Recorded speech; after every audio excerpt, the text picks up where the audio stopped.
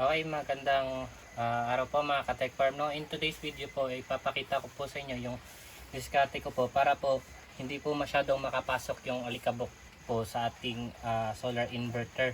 Ito nga po palang inverter natin ay SRNE 3000 watts at halos 4 na buwan na po itong hindi nalilinisan yung kanyang ventilation dito sa itaas.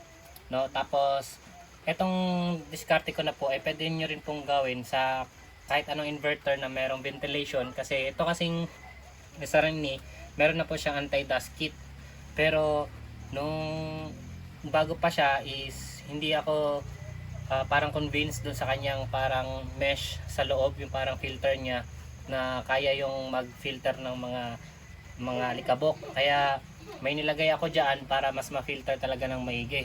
Kaya yun po yung ipapakita ko sa inyo mga ka-tech farm, no? At ma-apply nyo rin po yun sa inyong inverter kahit na wala po kayong parang ganito, yung anti-dust kit. Okay, tara at buksan na natin to at malinisan rin natin paminsan-minsan. Medyo meron ng mga sapot ng gagamba dito. Saan lang natin to, pitin ko lang.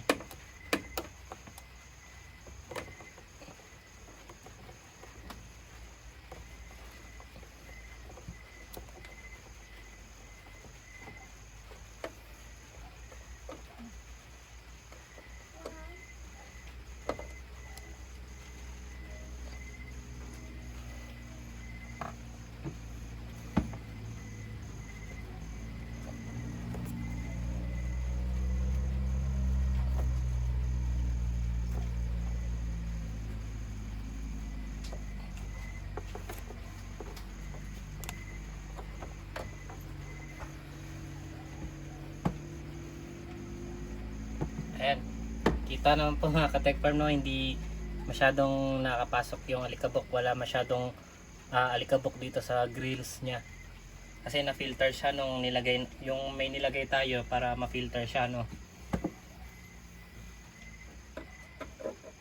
Tanggalin ko lang rin dito yung sa kabila para linisan ko na rin yung magkabilang side. Okay, guys, ito na yung kinuha nating anti-dust kit dun sa ating inverter. Tara tingnan na natin kung ano yung nilagay natin sa loob. Ayan, ito po siya. Ito po yung nilalagay natin sa loob, kasi kung wala pong ganito ay ito lang yung ating magiging anti-dust kit, which is medyo malalaki ang kanyang butas, kaya nilagyan natin ng ganito. Ano nga po ba ito? Ito po ay isang aircon filter. Nabili ko lang rin po ito online at ilalagay ko lang po yung link sa description para po doon na rin kayo makabili if ever na gusto nyo rin po lagyan ng ganito yung inyong inverter. Ito po ay aircon filter at halos 100 lang po ang bili ko dito. Ayan. Hindi naman po, hindi naman po kayo mag-worry na ito ay hindi na makakahigop ng hangin, dahil ito po ang purpose po nito ay talagang makapag-filter ng alikabok, pero meron pa ring airflow. Ito po ay design po talaga na ganoon. At at habang ito po ay nakakabit po sa inverter, ay nasubukan ko rin po ito habang umandar po yung exhaust fan ng ating inverter, ay malakas pa rin po ang buga ng exhaust fan, meaning may nakakapasok pa rin po talaga na hangin kapag ka po umaandar yung exhaust fan. Okay, ayan, ngayon alam niyo na po yung aking diskarte paano po mapanatiling malinis ang loob ng ating inverter. At ito lang po ay lilinisan ko, or pwede ko rin po itong palitan ng bago kasi marami naman po tayong stock. Mura lang po ito, ito po ay halos 100 lang. At ayan, kita nyo naman, di ba? Kung ibabalik ta rin ko to, ay halos walang alikabok po, walang residue ng alikabok dito sa likod, dahil sobrang ganda ng ating filter na nailagay. Tingnan rin po natin yung kabila. Ayan. Ito, ganun din po. Wala rin na filter din po lahat ng alikabok.